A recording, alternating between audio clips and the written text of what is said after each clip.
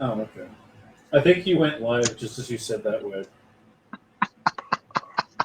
Michael always accuses me of that, and sometimes I do.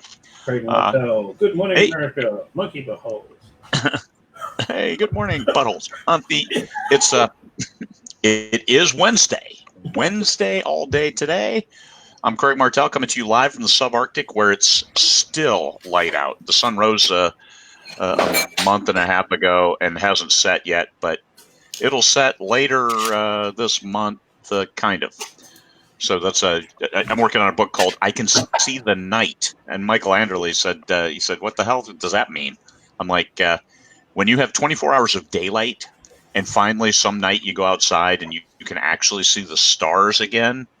I can see the night opposed to the perpetual daylight. I had my sleep study test last night Hmm. because the cardiologist thought I might have had sleep apnea, and that was pleasant. Wearing all these wires in a box, and actually multiple boxes, and Yeah, then a I was cord over able my face. to. Yeah, I got a sleep study done as well, but I was able to do mine at home. And what were your results like? Did you? I have to turn it in today. I had it done last night. Hmm. Well, it was they do it at home now. So I had a Zoom call in how to arrange all this stuff around my body, and then I've got the kit out in the truck, and I can turn it in as soon as we're done. I'll get to drive down to the Oh, clinic and okay. Yeah. and turn it in, and they'll give me an initial.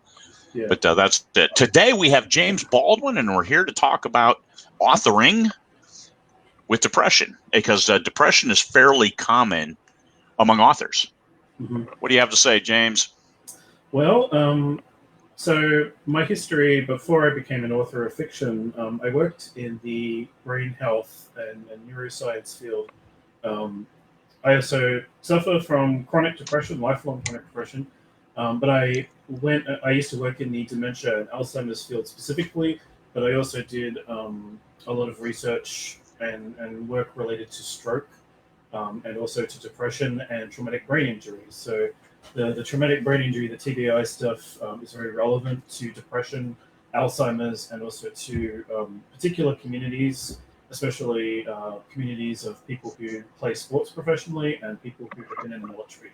So I have a lot of brain-related knowledge, plus personal experience of being depressed since I was about probably 7, and not having taught myself yet. So I Well, where count you that as one of my major achievements. where are you coming to us from?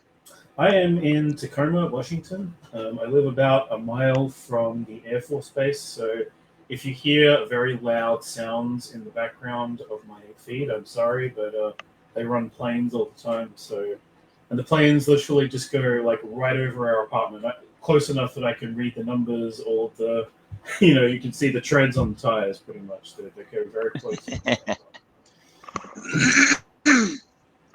my Good deal, good deal. You just recently released your fifth book in the Archemi Online fourth book. series, Yeah, fourth the book. fourth book in series, which I just got the shiny paperback of that actually. Oh, very nice. It's Yeah, big. let's see the It's big spine truck. on that. That's a So beastly book. yeah, so between the two, between book 3 and book 4, like they're like Bibles. Yeah. Nice, And nice. that's size 11 font too. So they're not like large print editions. They're just massive. Yeah. But that's good. And you powered through because you didn't. It took you 8 months to write that. 8 months to a Yeah. year.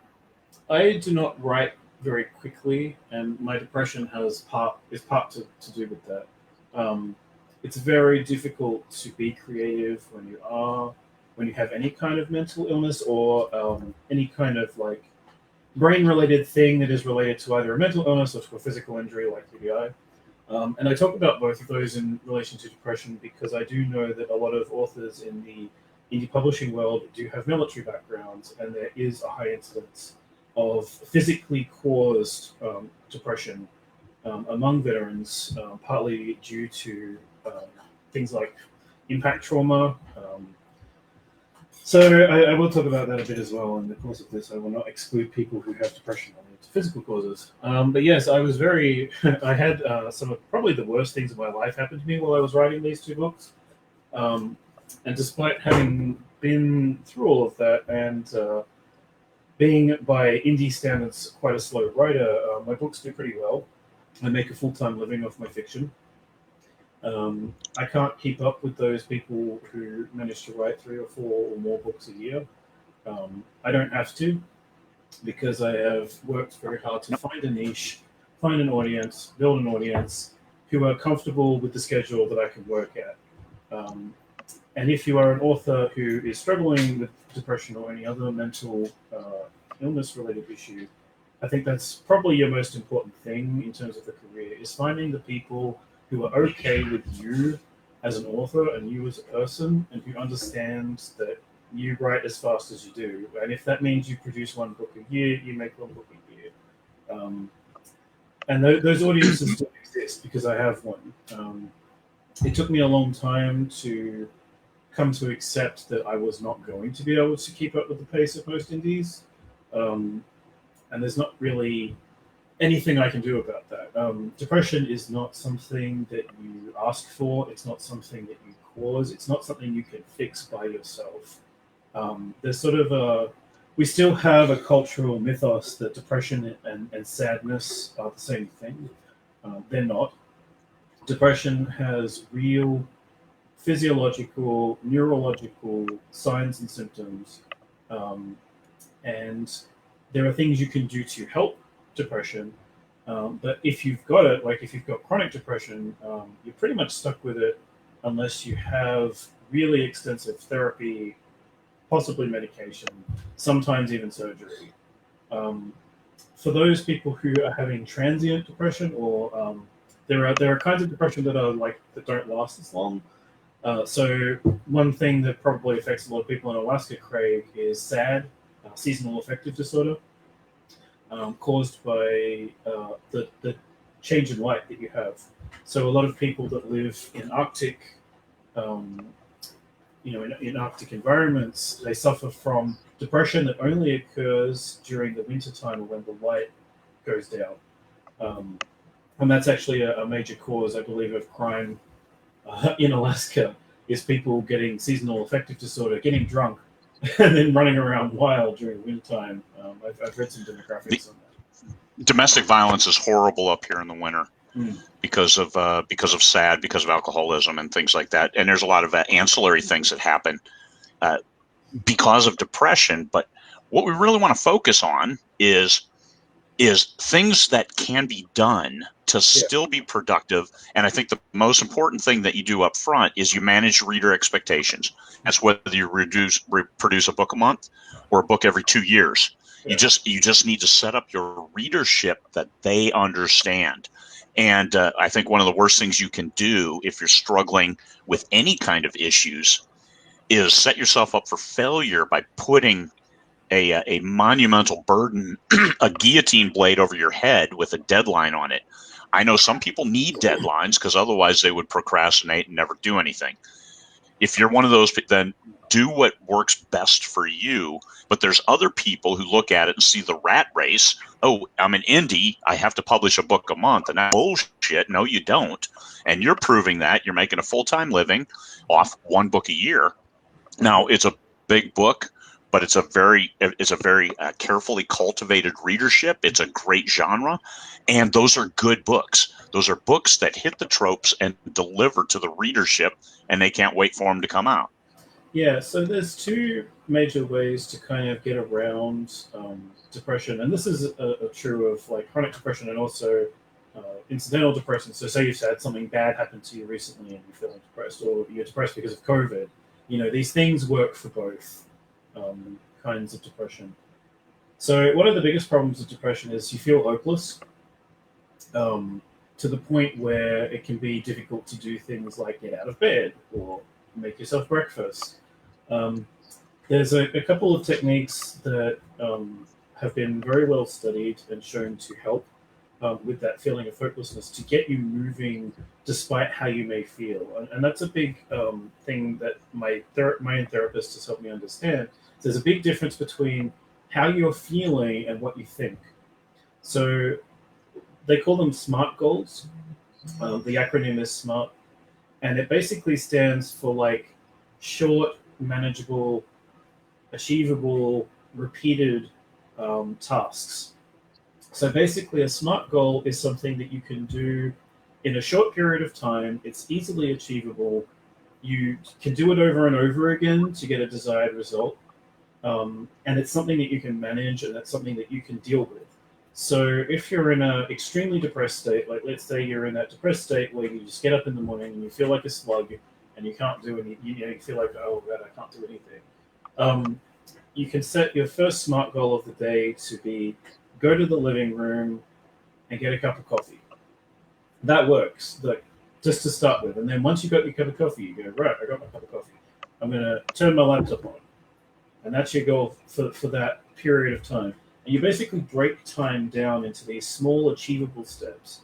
And when it comes to writing, that can be, I need to write 2,000 words today. I don't know if I can do that. So I'm going to sit down for 5 minutes and write 50 words or 100 words, depending on how fast you type. And then you do that 10 times, and suddenly you've got 5,000 words. So, breaking things down to these very small steps, as you feel, yeah, there you go. Someone has got the better definition there. I've only just woken up, so. But same thing, basically, yeah. You want to sort of try and set yourself small, achievable tasks, and then achieve them. And then when you achieve them, you actually have to give yourself a bit of a pat on the back for it, because you're fighting. You're quite literally fighting your own brain, your own limbic system, parts of your body that you don't actually have any conscious control over when you're depressed.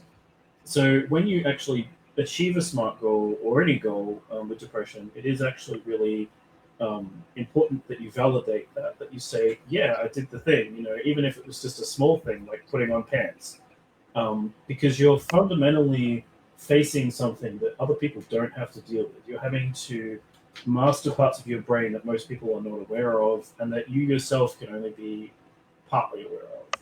Does that make sense? Yeah. It does. It does. The reward process, because everything is reward driven. Every action we take is based on a reward. There's some people say, well, the punishment, people are driven through punishment, and it's the reward is the pain free of accomplishing it, as opposed to being punished if you don't. It's I want to accomplish it just so I don't have to put up with the pain and the agony. And the reward and the small steps. We have milestones in project management. These are inch stones. You have your inch stones and you achieve them. And this is how you're able to write a 150,000 word book in a year.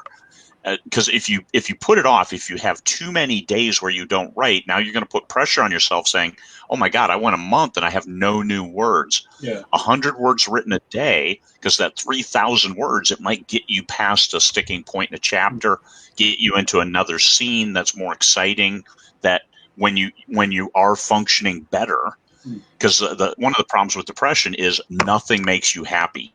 So if you try to jam some words, you're going to hate them. Yeah. And you might look back later and say, oh, these are really good words, but still getting those words is important. Especially if you have depression and anxiety, which often go together. You're basically dealing with a body system that is telling you that you're unsafe constantly, even if you are perfectly safe, and that can be for any number of reasons. Basically, all the chemical and sort of background parts of your brain are telling you you're unsafe. The only way to be safe is if you're 100% certain, 100% secure, 100% perfect, and you're responsible for everything. And that is something that was written by a very talented psychotherapist who has written a book called Don't Feed the Monkey Mind. I've got it on my shelf over there. I highly recommend it. Don't Feed the Monkey Mind is a book that is really, really great if you have the kind of depression that results in you feeling paralyzed or stuck. She basically outlines sort of a set of really easy to use techniques for getting past that feeling of being stuck, which can be a major impediment to people. And essentially, what it sort of goes back to the reward thing, and that what you're basically doing is retraining your nervous system to stop feeling like you're unsafe. Um, and oftentimes people will, I mean, procrastinate when they feel insecure. So they sit down in front of the page and they go, "Oh my god, what do I do? Oh my god, what is this plot point that I have to write?" Or they look at their work and they're like, "Oh my god, this is terrible." Um, basically that's your alert system saying, "I'm unsafe. Something's wrong. I'm unsafe." And the way you can kind of get past that sense of unsafety, again, sort of boils back to taking small positive actions towards your book. So, what she would recommend for this is to basically say, "Okay, I'm unsafe. My work may not be great, but write 100 words anyway, and then stop. Self-reward for taking the action. Do it again if you can, as soon as you can. And that kind of incremental stuff, while it feels insignificant at the time, it really adds up to being able to sustain a big project like a book. And I always, when I'm working on my books, I try and think of them as being like a wall. And every time I come to the computer or I come to the page, I'm putting a brick in that wall. And it's not going to really look like a wall until I put enough bricks down that it starts to resemble, a whole thing. And it can feel very difficult to, look at this great big project and go, "Oh my god, what do I do?" But every time you lay a brick into that wall, it becomes more of a wall, um, and eventually you end up with a house. Eventually you end up with a finished project. And yeah, so that's really what I would boil it down to: is taking small, achievable steps, and being easy on yourself if you can't do it. Sometimes you just can't do it. Sometimes your brain is just not having a bar of it. There is a lot of evidence now that episodes of depression and people who are prone to depression can be triggered by imbalances in gut flora. There is a very strong connection between the stomach and the brain. Sometimes you are having an inflammation cascade you don't know about. Sometimes your gut biome is off and you don't know about it. Sometimes you can get sick and it triggers a depressive cascade. When you face these things and you find you can't deal with it, like you can't do anything about it, you also have to be kind of like willing to forgive yourself, because you're dealing with a very complex meat bicycle here. It doesn't always work the way you want it to work, and in those times you will recover the most quickly when you are kind to yourself and forgiving to yourself. That will speed up how fast you overcome the depression and how quickly you can move on. And like you were saying before, Craig, we sort of have this cultural idea that punishment is a good motivator, but for people who are depressed, it's the worst. It's absolutely counterproductive. It will prolong the depressive state. It keeps your hormones up. It keeps your cortisol up. It keeps you in a state of alarm because you feel unsafe.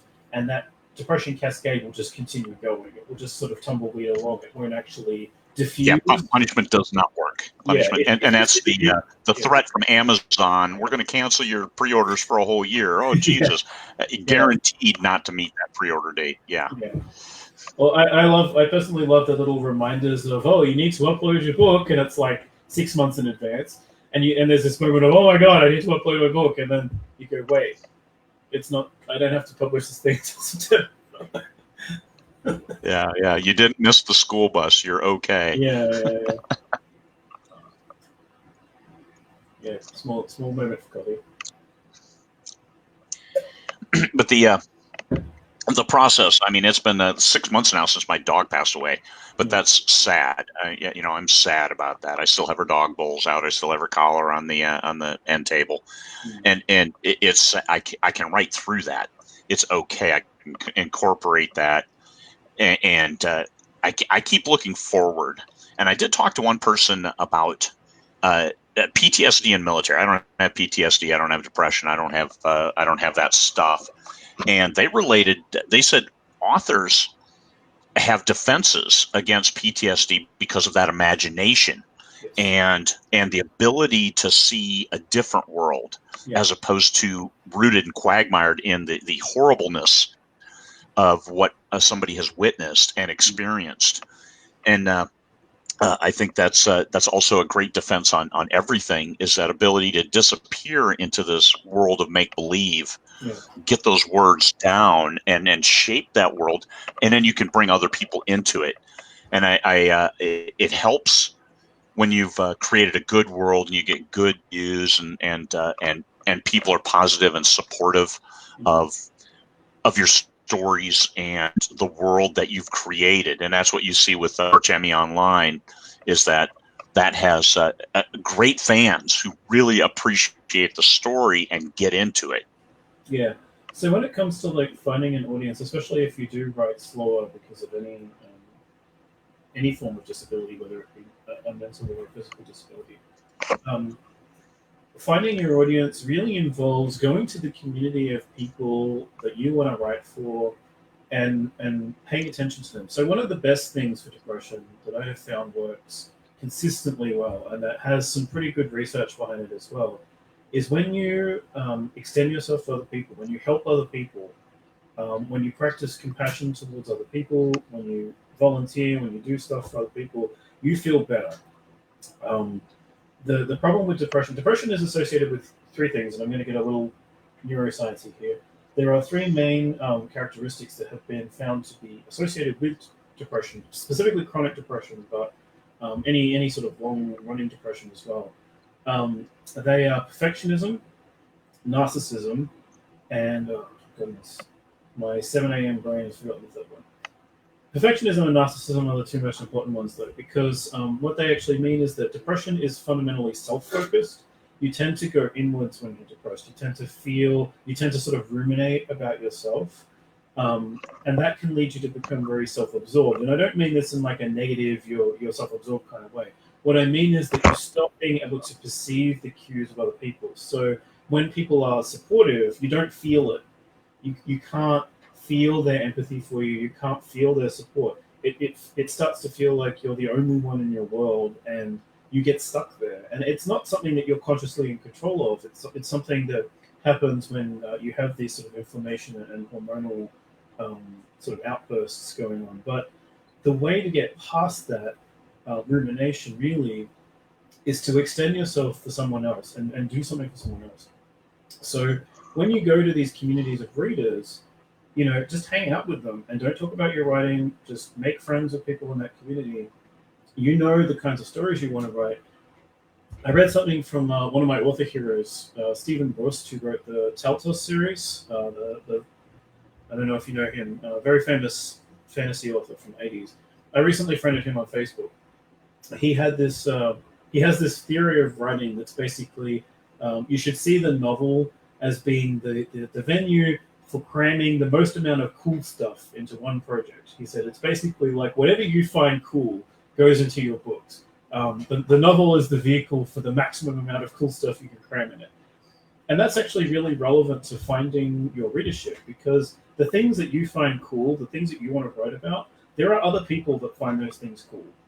And if you go to these communities, like I write with RPG and fantasy, if I go to a fantasy community and I start talking about the things that I find cool, some people aren't going to like what I find cool, but other people are going to be really enthused about it. Those people are your readers. They are the potential readers for your stories.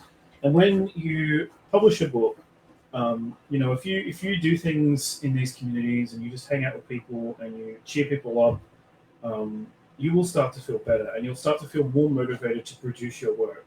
And you will also find your reader base through doing that kind of thing.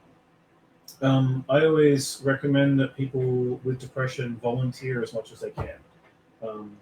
I'm actually training up to volunteer for Habitat for Humanity soon. So I'm going to be helping build houses. That's the goal. Anything like that, whether it be fostering animals, whether it be working for a charity, it will genuinely help your depression. Because when you get out of that narcissistic state, you don't ruminate as much, you feel less bad about yourself, you stop thinking about yourself, which is actually really hard when your body's flooded with cortisol. And that's also really true of people with PTSD. That's right. I remember the third thing now. It's fantasizing. Um, so fantasy is a big part of depression as well, actually, funnily enough. Um, but it's fantasy in the sense of you're always imagining things that could happen, or you're fantasizing about what people think about you, or you're fantasizing about what a shit life you have, or whatever. You're not actually able to see reality very well.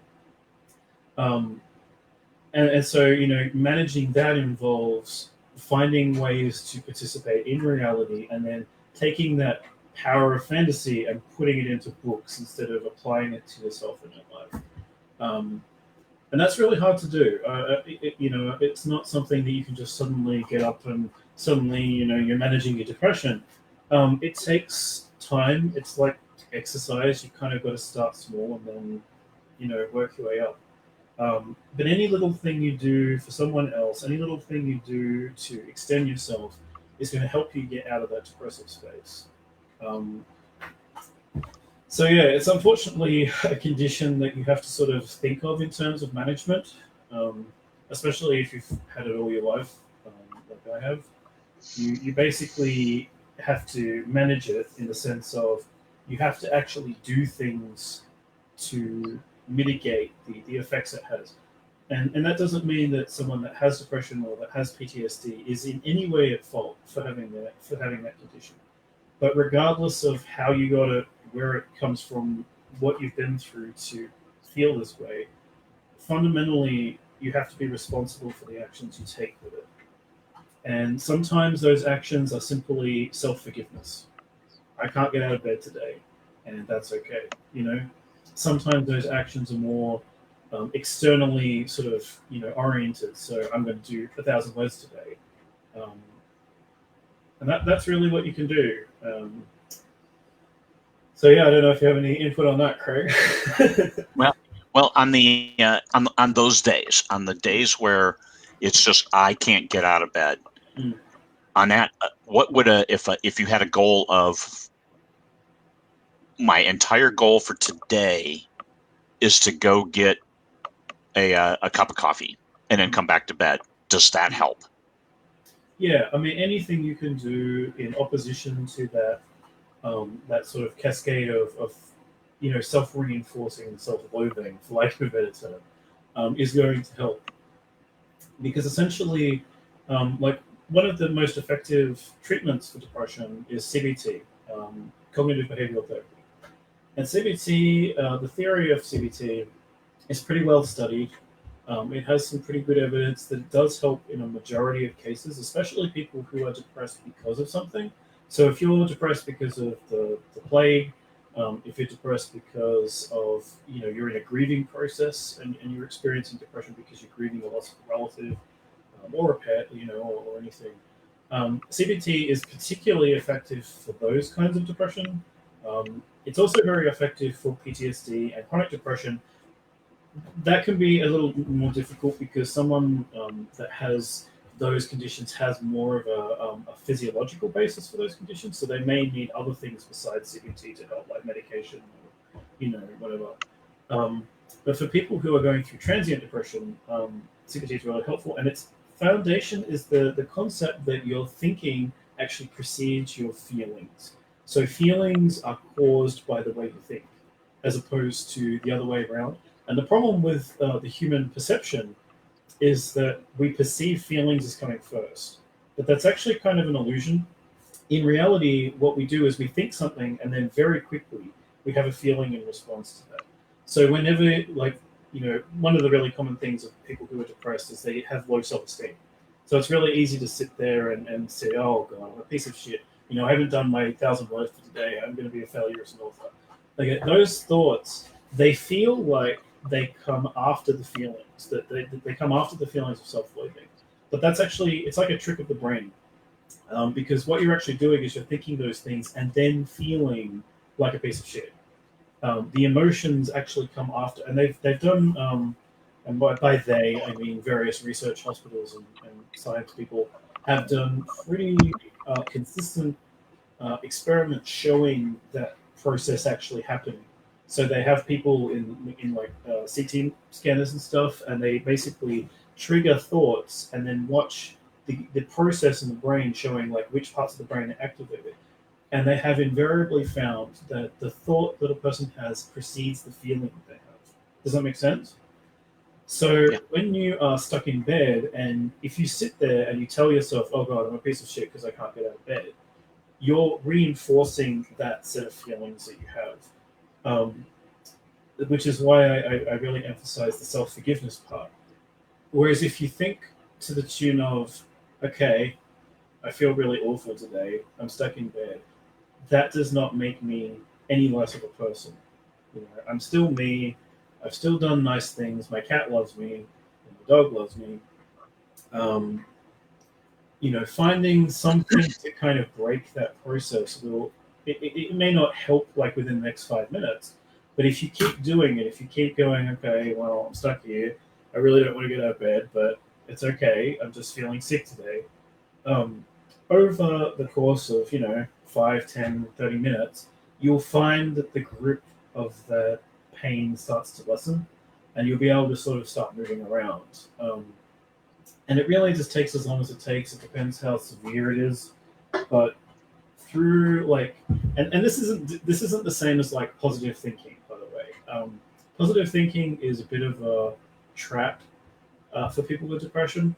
This is actually more like purposeful thinking. It's more like thinking about, rather than defaulting to the pattern of "I'm a piece of shit," you try and train a new pattern of "I'm not feeling well. I can't get out of bed right now," as opposed to "Yeah, I just have to think positively." That shit doesn't work.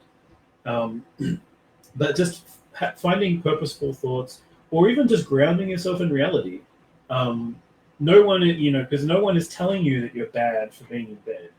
Um, Maybe someone did in the past, but if you're in your apartment by yourself, or you've got a spouse there and the spouse doesn't really care, no one is actually telling you that in the present moment. And so just grounding yourself in that present moment and being like, okay, I feel this way. I feel shitty for not being able to get out of bed, but no one here is telling me that I'm a bad person. It's just me. It's just you in that bed saying, I can't do this.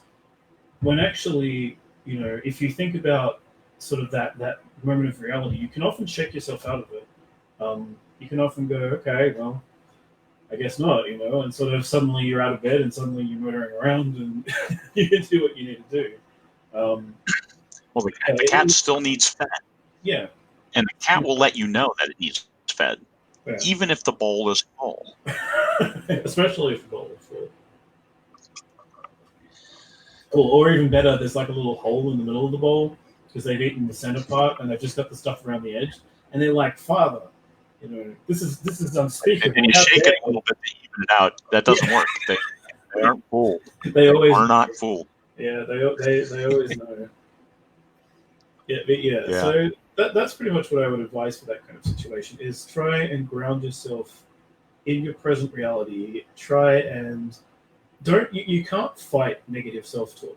That's another thing that some people don't really seem to often get. You can't actually stop saying these things. You can't actually stop the cycle of PTSD. You can't stop the cycle of depression. PTSD and depression use the same neural pathways, incidentally, which is why they often go together. Um, but they have the same compulsive cycling issue, which is that if you have these negative thoughts, when my brain does this, by the way, I call it serial killer radio, because it honestly sounds like a radio station. It's like someone turns on a radio station, and you can't stop it. You've just got this awful black noise blaring away in the back of your head, and it's telling you all these really horrible things. It's like, you're worthless, you're this, you're that, you should just kill yourself. Why do you even bother? All of these things. And I apologize if that's a little harsh for some people to hear, but the suicidality is a problem with depression. All you can really do, you can't actually switch it off. And the more you try to switch it off, the more you activate it, because it's not a conscious process. So if you try, if you're beating up on yourself and you actively try and sit there and say, "Oh, just stop it," it's not actually going to help. What it does is it makes you feel less safe, and therefore the limbic system keeps activating. What you have to kind of do is just sort of sit there with it and be like, okay, this is happening.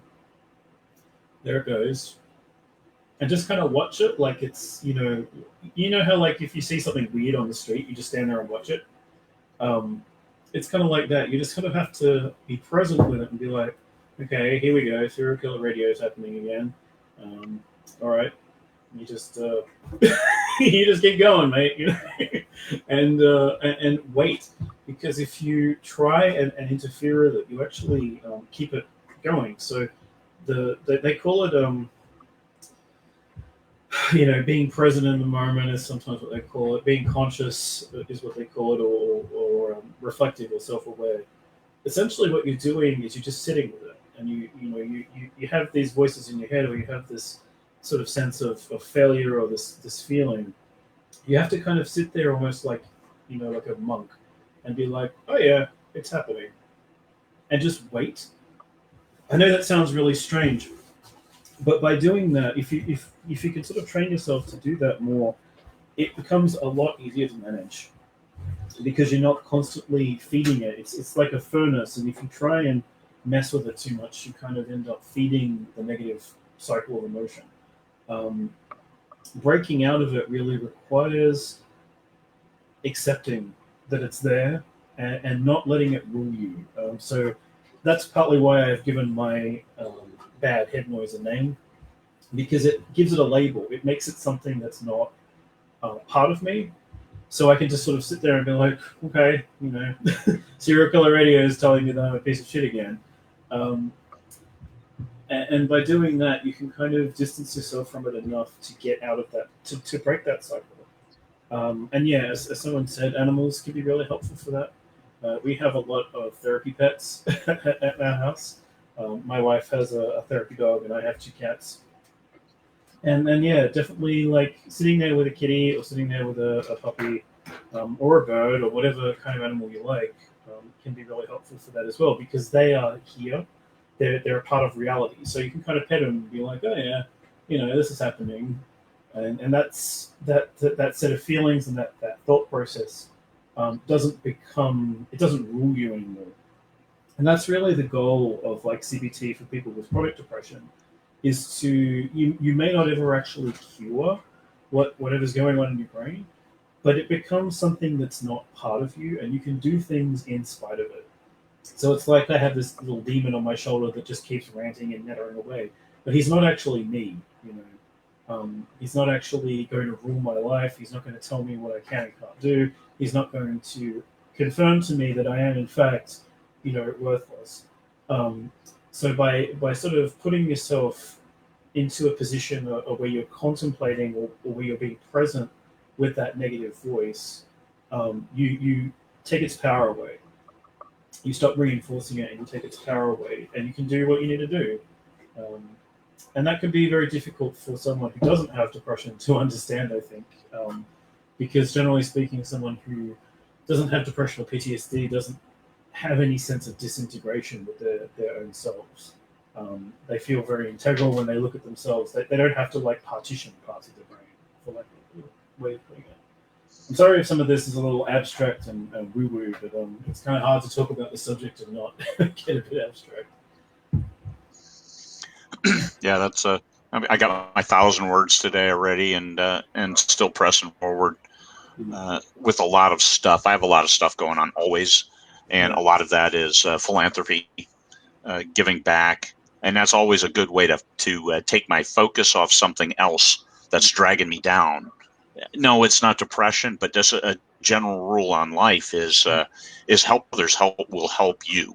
Yeah. Whether it's your animals, either fostering or having your own, trying to raise your kids, anything, even kids. I mean, they could be the demon on your shoulder if you had kids. That they could be them, and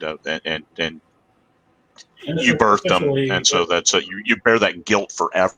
That hey, I've birthed a demon child. Yeah. I feel it's. This is an issue that I know is prevalent in the writing community, especially for female authors, is that they may be in a relationship where the spouse is generally supportive, or the spouse is worth being with. They love their spouse, but the spouse is unsupportive of their work. So there are a lot of I've spoken to many female authors who have this problem. It happens with male authors too, but it's really common with women that they are in a situation where they have children, they have other responsibilities in their writing, and their spouse is also not supportive. That's a situation that is very conducive to depression about writing. So, for women in that situation, and I say women again, pointing out that there are men in this situation too, but I would say probably 90% of people I've seen discuss the subject are female. Um, you know, that's something else to kind of remember about depression is it can be triggered by circumstance. So COVID right now, like the plague going on, Captain Trips, whatever you want to call it, it is it's kind of like being in this sort of toxic sea of stimulus that can be true on a local level if you live in a home situation where things are not ideal. If you're living in a situation where things are okay, but you don't have a supportive partner, if you have other circumstances that trigger depression, it becomes even more difficult to kind of deal with your own feelings. Um, and it becomes even more important that you set small, achievable goals for yourself.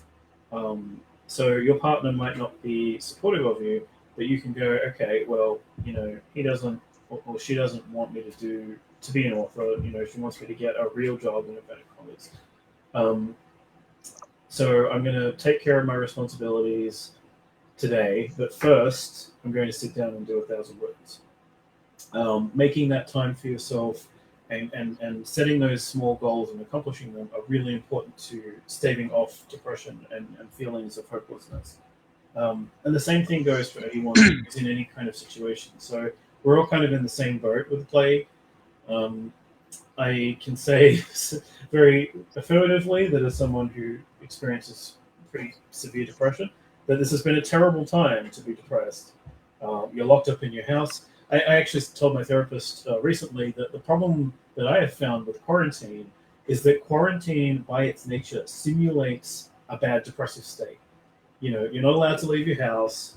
You're not allowed to go out to work. You can't go to a cafe. You can't go anywhere that you would normally go to kind of take the edge off and sort of start breaking out of that depressive cycle. You're basically stuck home in your pajamas, eating ramen.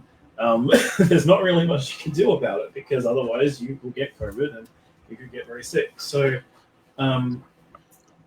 really it falls back to that management thing where you're like, okay, well, I don't have to spend all day in my pajamas. I can put on real pants.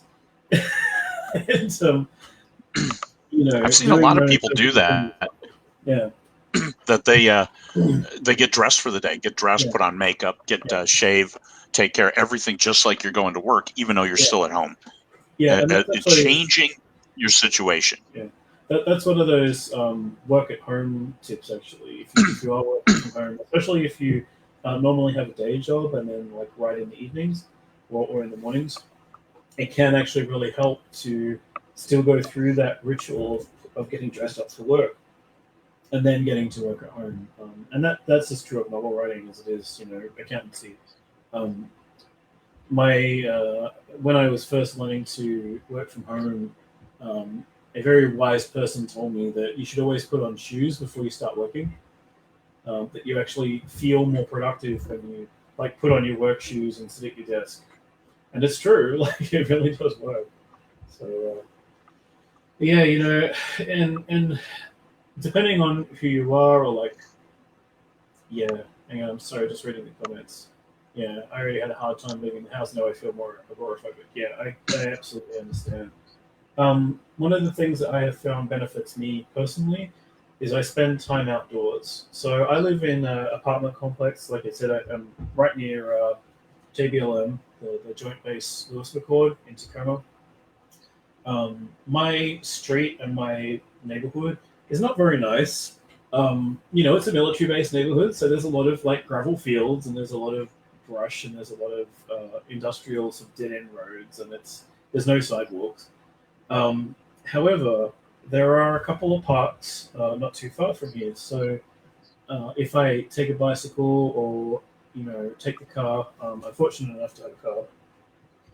So I take the car down to a park and I spend time down at the park, and that actually helps a lot with the agoraphobia, because agoraphobia specifically tends to be less associated with the actual space and more to do with the people that you think may be inhabiting that space. It's that sense of safety again, you know.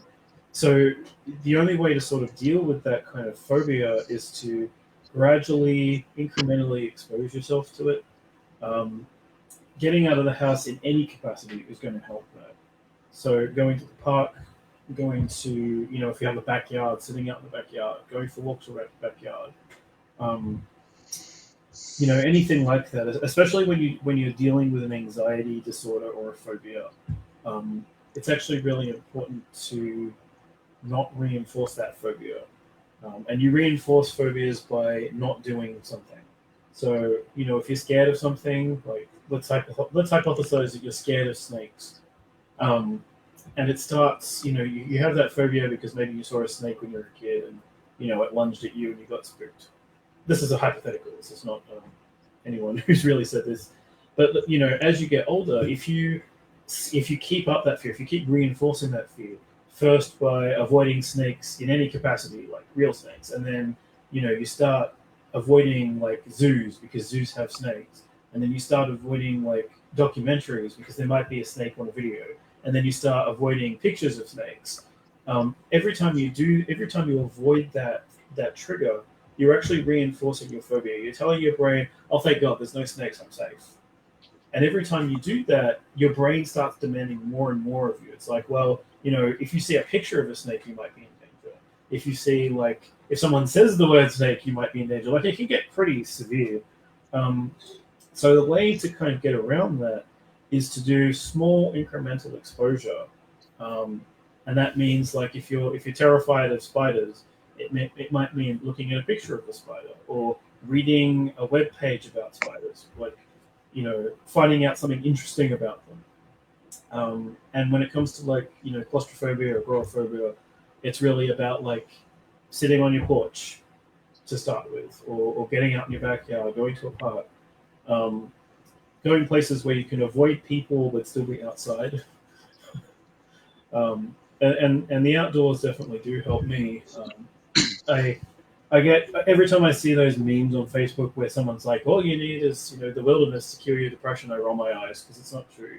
But, you know, there's a big difference between help and cure. Things can still be helpful even if they don't get rid of your depression. You know, and the outdoors definitely does that. So move to Central Alaska where there are no snakes, there are no ticks, but the mosquitoes tried to eat me yesterday while I was trying to drop another coat of stain on my picnic table. Which, of course, then it rained. It frickin' rained like an hour later, so now my picnic table looks like shit with the it's all gray and bubbly. So now I got to sand off the work I did yesterday and hit it again. So yeah, I got that going for me. But the mosquitoes, getting outside is the last thing you want to do out here right now because of freaking mosquitoes. But there are no snakes. But enabling and letting those things control you, in regards to phobias, it's no, I don't need to lock myself in a haunted house with a clown. That's okay, and we'll just avoid those movies. There's certain things that, yes, you avoid forever and be okay, like clowns, and not go to clown shows. But the ability to keep moving forward, and this is as an author, the author tool that you possess is the twofold: the imagination and the result. Because a lot of people I am very results oriented. So I can't imagine starting a book and not finishing it. That just is beyond me, beyond my comprehension. It's like, if I start a book, I am going to finish it because I want to see that final product. So the twofold part is doing something today for yourself in the imaginative world, and then that end result of, hey, I'll have a book. Because you just showed your door stoppers. These are my books. I wrote these. People like these. They're well reviewed, and I'm going to write another one. So I hope you've committed to writing another one, the Oh, fifth yeah. book. I'm actually working on 2 books at the same time right now. That's great. Which is the first time I've ever done this. It's proving to be a challenge, but I'm hopeful that I'll be able to finish both of them this year. So yeah, like I guess the only last thing I would talk about is, so when it comes to like what you're saying about you mentioned like letting phobias control you. It comes back to that self-awareness thing. When you are aware of a mental state or a mental process that's going on without participating in it, that's kind of the goal of CBT. Is becoming aware of your depression, becoming aware of your PTSD, learning what triggers it, learning what helps it, and then viewing it it's sort of objectively. So seeing it as a process that your body is going to do, that it's a process that is going to happen to you. If you have, especially if you have PTSD that's caused by significant trauma, it's very difficult. And I will be fairly personal here and say I have experienced profound, sustained abuse. When I was younger, my father was a complete psychopath. I grew up in women's shelters. I grew up in police custody. I grew up quite literally terrified for my life. So I have quite a sustained basis for depression and PTSD. Um, Functionally, what you kind of have to accept is that for whatever reason, you have these things, you have depression, you have PTSD, you have phobias. Getting an objective stance on them and saying, okay, I have these things, they're going to make me feel like shit sometimes, and that's okay. That's really the hardest part of dealing with this, but it's also the key to being able to achieve what you want in your life despite having those feelings and those symptoms. Um, some people, and sometimes I also frame it as having a responsibility for your mental health, in the sense of you're not responsible for how you feel, you're not responsible for the things that happen to you to cause how you feel, but you are responsible for yourself in the present moment. You could also call it accountability. You could also call it, um, being proactive about yourself. However you want to frame it. Functionally, no matter what has happened to you, and no matter how awful it was, and how awful you feel, you're still the one who's in charge. You can either let these things rule you, or you can achieve in spite of them. And that's really kind of what the goal is if you're chronically depressed, if you have severe PTSD, if you have any of the personality disorders, and I use that only in a descriptive fashion, and personality disorders include things like borderline personality, narcissistic personality, antisocial. If you have any of those things, nearly always you have got them because you've been through a whole lot of shit. You've been through stuff that has basically trained your brain to release chemicals in a certain way, to train your gut biome to have a certain kind of bacterial imbalance. There's all kinds of things that go into it. Functionally, you can work to improve those things through therapy, through meds, but fundamentally, it's all about it comes down to you and what you want, and whether or not you're willing to take action to challenge it. To say, okay, serial killer radio, you're going to play in my head, you're going to play with the voice of my father my whole life. So what? I've got books to write, I've got things to do, I've got houses to build, I've got cats to take care of. There's a point where you basically have to accept that whatever happened to you to cause this, the people who caused it are never going to feel sorry for you. My father is dead now, fortunately, but his entire life, he didn't give a shit. He didn't give a shit about what he did. He never once took responsibility for his actions, and they never will. Whoever hurt you, whether it was battlefield trauma or family trauma or whatever, those people are never going to apologize. They're never going to make it better. The only person who can make you better is you, and you can do that ideally with the help and support of other people. Um, but fundamentally, it comes down to being self-aware. Gaining a sense of this is who I want to be as a person. Oftentimes therapists, if you decide to go into therapy and you do CBT, generally speaking, a good therapist will first run you through an exercise where they're like, what are your ideals? What are the things that you value as a person? Do you value courage? Do you value creativity? Basically getting that sense of who you are and who you want to be. Nailing that down can be really helpful because, and that's as true of writing as well. You can use it as a general personality thing, but you can also take that sort of like, what do I believe in exercise? You can apply it specifically to writing. What do I want to achieve as a writer? I want to write 5 books in a series. That's an achievable goal. If you write that down and you sort of base your self-treatment and the other treatment that you receive for this on those values and those ideals, you'll find it becomes a lot easier to center yourself. Again, it's that process of not identifying with your disorder, not identifying with those negative voices, and instead finding ways to work around them or just sort of ignore them or put them to the side, and it's difficult. It's an ongoing process. It's something that you kind of have to do every day. Some days you can't do it, and on those days you have to be like, okay, I can't do it today. I'll try again tomorrow. And be, it's a balance of being responsible and being kind to yourself, I think, when it comes to this. I think I heard James say, we can be who we want to be, but you need to define who that is. And that's having that grip and that focus can help pull you back on a path a path of your choosing, as opposed to a path of someone else's choosing. And especially if you have experienced abuse or trauma, those people who abused you, they are trying to define who you are through their abuse. They have their own pains, they have their own issues that cause them to act in the way that they acted, and through doing so, they are attempting to define who you are so that they feel better. If you let them define who you are, if you let them define, yourself as a person or your value, then you are basically handing them what they want.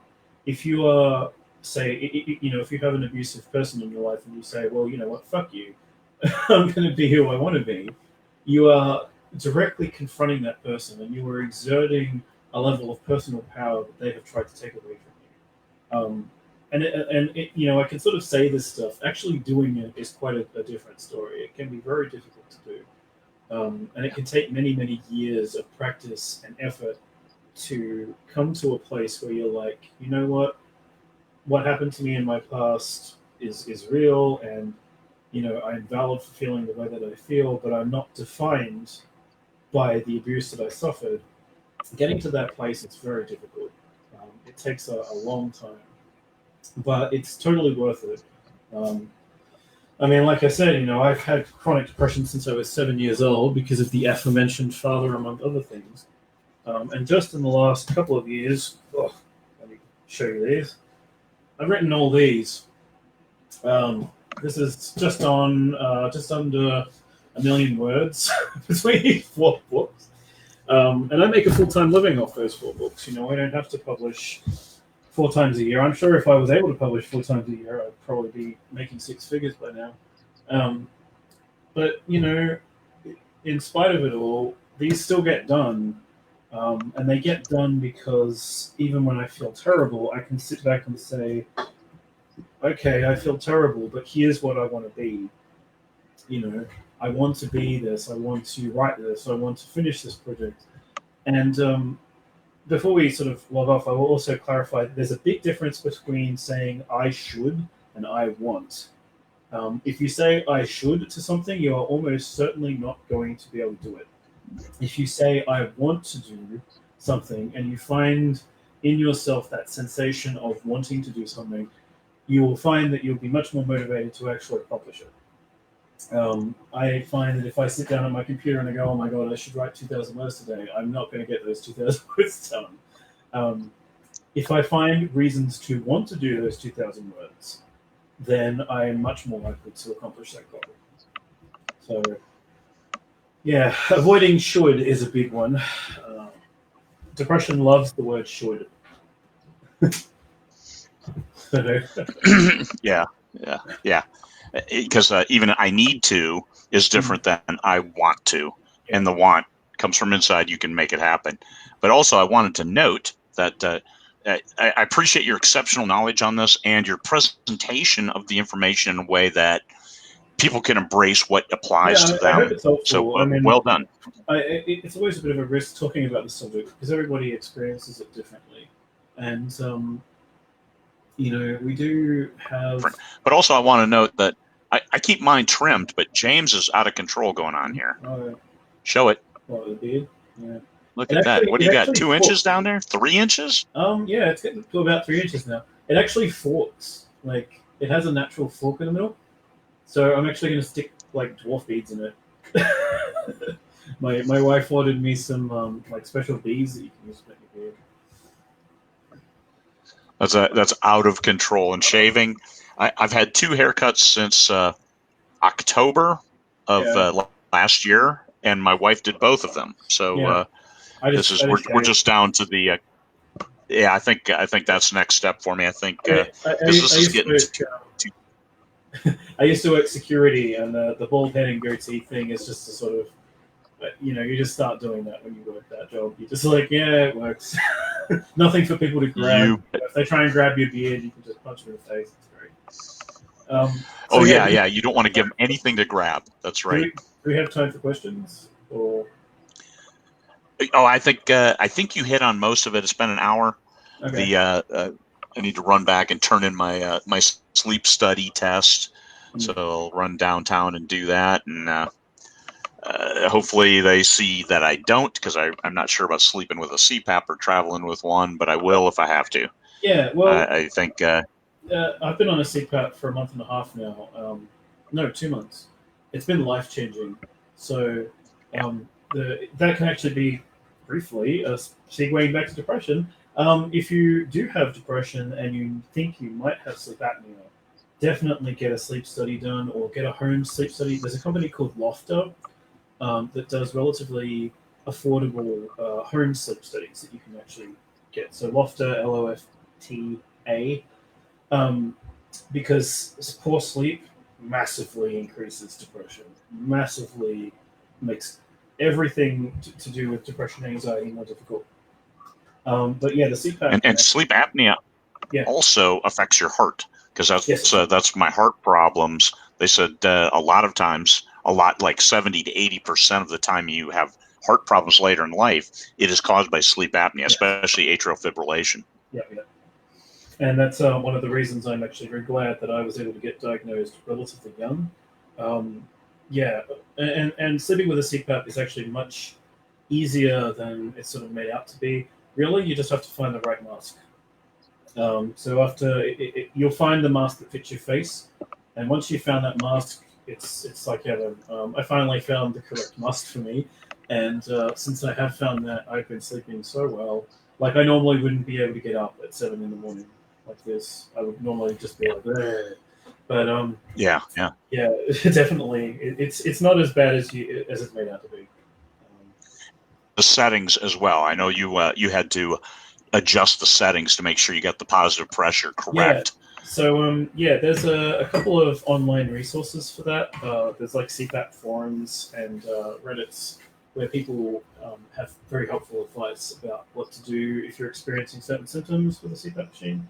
If you put it on, like if your doctor sets it to, say, 4 centimeters of water pressure, and you find that you are struggling to breathe, generally speaking, you just need to set the starting pressure a little higher. There's definitely ways to research that and get good advice online from people who really know what they're talking about. And once you find those settings and you find that mask, you will sleep better than you ever have. It's great. All right, man. Superb. Well, thank you very much for your time, your expertise, your insight, and sharing your personal experience with a lot of the issues. Am I allowed to plug my author group? Because I do have an author group. And it is, if you look on Facebook, it is facebook.com/groups/Hound of Eden, all one word. Hound is in like dog, Eden is in like the place where angels come from. Hound of Eden. And anyone who wants to join that and ever talk about this stuff, I'm always more than willing to help as much as I can. And, Sounds great. And you can pop into the Facebook group after we're done and make sure that you can type that in and so people can link to it directly. Oh yeah, spin theory. Yeah, so spin theory is definitely applicable. I would definitely recommend that to people too. All right. All right. Well, thank you very much for coming on the show. We appreciate it. And everybody, it's still Wednesday. Group is closed today for posting, so we can't post. But anyway, it's okay. It's okay. Go forth, do great things, have some smart goals, and accomplish them. Check boxes. Box checking has always been great therapy for a lot of people. Give it a try, or find what works for you. Of course, this is something we're not prescriptive here. So find what works for you to help you to that next step, because that's all we're doing through life is next one step after another, and pretty soon we're going to get someplace completely different, and it's going to be way, way cool. Yeah, one brick at a time. Peace, everybody, and if you got Pink Floyd playing in your head like I do right now, rock on. All right.